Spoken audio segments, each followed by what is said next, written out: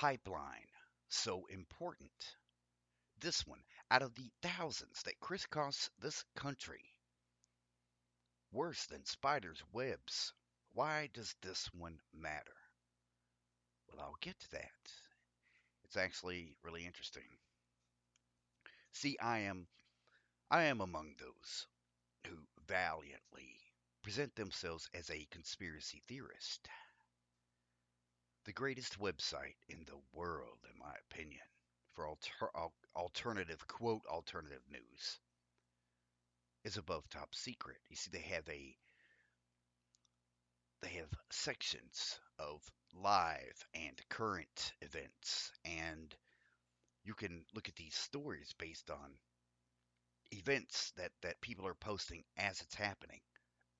Some events you'll never see on the news, and by the time it does make the news, it has been whitewashed. Yes, pun intended, because white media has absolutely no value when it comes to indigenous cultures anywhere in the world. My friend John, back home at Leech Lake, pointed out to me that the word history, when you break it, it's his story. White, the winners always. Winston Churchill said, those who are the conquerors, the winners, often often rewrite the history of those they conquered and how it was done. AboveTopSecret.com, whose motto is most elegant in its simplistic beauty of deny ignorance. So I'll ask this question. Being a conspiracy theorist, do we live in a time where we have the technology to poison intentionally an entire population of people via their water supply, while building very specific filters to remove that poison from others who depend on the same water supply? Is it possible that this pipeline could be developed in such a way as to engage a further plan that over the next 1 or 200 years, um, chemicals that get into Lake Oahe inflict various cancers and illnesses upon a people, again, over a large span of time, that it goes almost unnoticed? Well, let's see. Now I'll just leave that where it is. An entire department was created for the benefit of Native Americans. Within that department, we have Indian Health Services. Now, I'll tell you, once when we were back at Leech Lake, we had to go to a hospital in, oh, I cannot remember the name of this town, but it was an IHS hospital. But when we went, I mean, of course, I'm white. My wife is very white. At least, we all are on our skin, you know.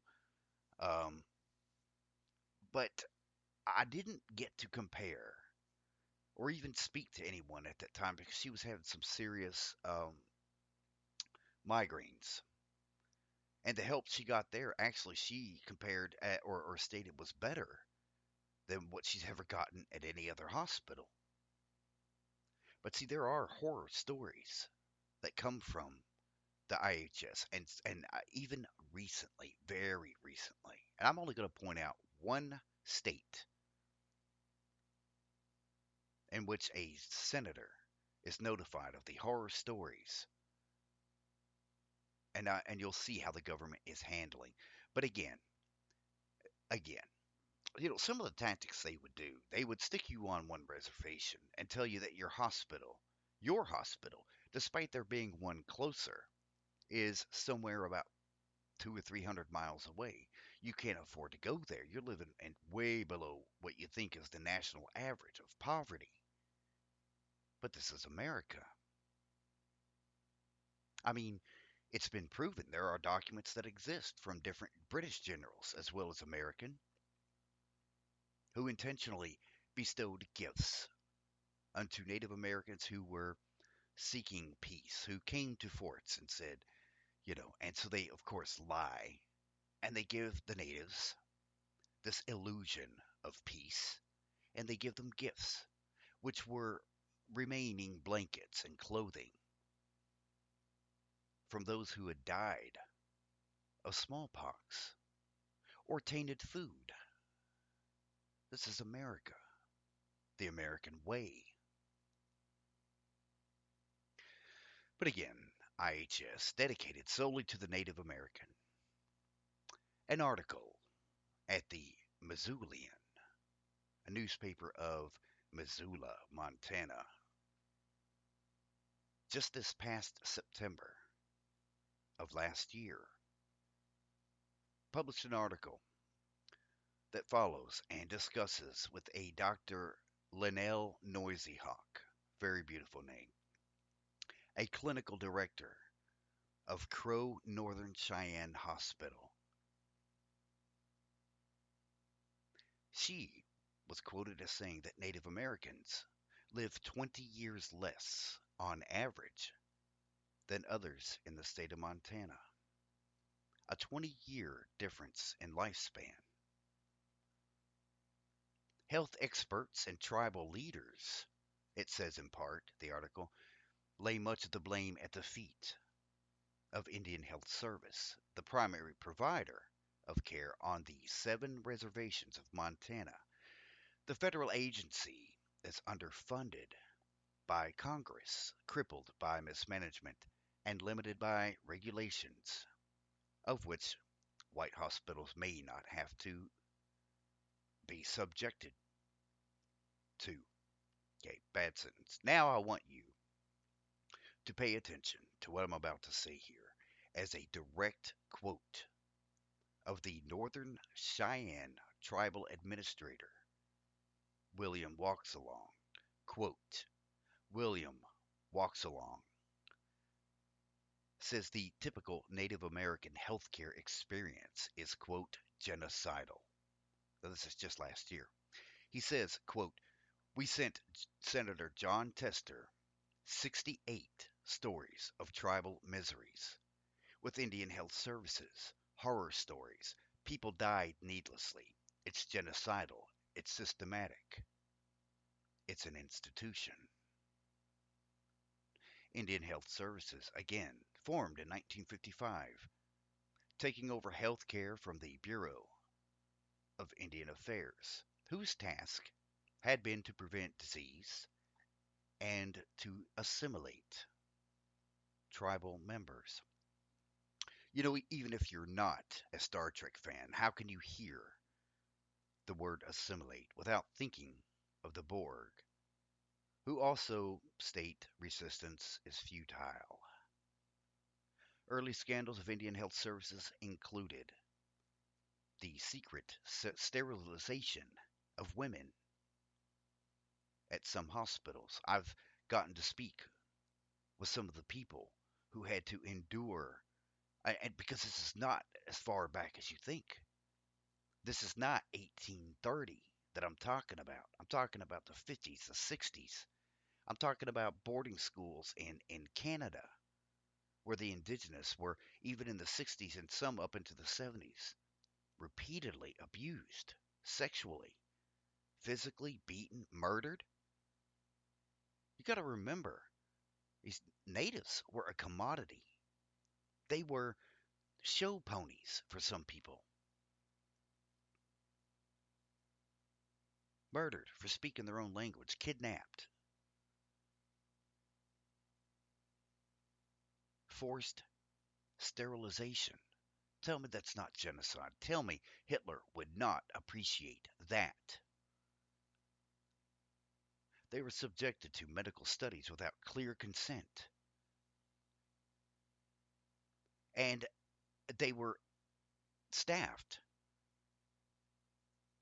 by disinterested doctors, this article says, in IHS hospitals so they wouldn't have to go to Vietnam. Here's another quote by Northern Cheyenne Tribal Health Director Jace Killsback. The Indian Health Service should be held in the same light as the VA scandal. Healthcare is owed to us. We gave up our land and shed blood. In fact, this article states that several current and former agency employees interviewed asked not to be named for fear of reprisal or of damaging professional relationships critical to making improvements. Fact of the matter is, you have people that represent a governmental agency, and they don't have the balls to upset their bosses, their overlords. And can you blame them? Because your entire life can disappear when you screw with the government.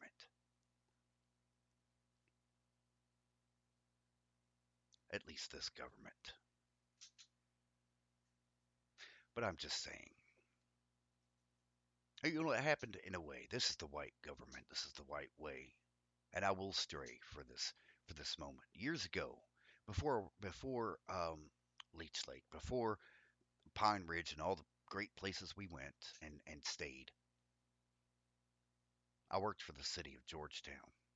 And one day I was criticizing the government because they, in their infinite wisdom, had decided to pass me over. No, they didn't really pass me over. In fact, I was working at the recycling center, and they were going to create an entirely new full time position, of which I deserved because, hell, I was already putting in nearly 50 hours a week anyway. Well, they not only denied that position, the creation of that position, but this lady who was mayor at the time shut down several jobs and offices for the hopes of gaining money to save that money. Now you got to understand, Toyota jumped at Scott County. Of course, the city, they just happened to expand their city limits to include what was nothing but farmland, so that when Toyota decided to build, guess what? There's city taxes. There's more money. I'm not saying, I've talked to County Judge Executive George Lusby about the budget a few times, and the figures in which they work are far beyond my comprehension. If I had a tenth of what they're spending on just fuel for a year, I think I could live the rest of my life. But again, I made a complaint about the city council who would not give me a full time position. Some customer overheard that and decided to go downtown and tell the mayor and the um, human resources guy that I'm complaining about the government, that I'm complaining about, my job. And of course, I went down there. Now, my boss, Mike Napier, he actually backed me up and said, hey, look, he's the best worker I got, because they were going to fire me. I mean, I was done. But I stated exactly what I needed to say and say that, hey, if you're in this country and you cannot bitch about your boss, bitch about your hours, then it's not America. This is what everyone does. I don't know anybody that ever comes home from work and says, oh my God, it was such a great day. I had 4 piles of paperwork in which I had 2 hours to get done, and son of a bitch, I got it. I'm so happy. That doesn't happen. So I signed this demerit form, or whatever you want to call it. And upon signing it, I got my pink carbon copy of it. I framed it and actually hung it in the office of the recycling center. Not before, though, of clicking my heels and doing a Nazi salute to the guy who was in control of the human resources. I can't even remember his name, it was so long ago. Yes, I'm an ass, you know? And when I see the government acting like the Third Reich, then damn it, they are the Third Reich. When I see them demanding papers of people who are of a race that are not white, you damn well bet I'm pissed off. I will compare this country to Germany, to at least Nazi Germany. No, we can't be like the real Germany that exists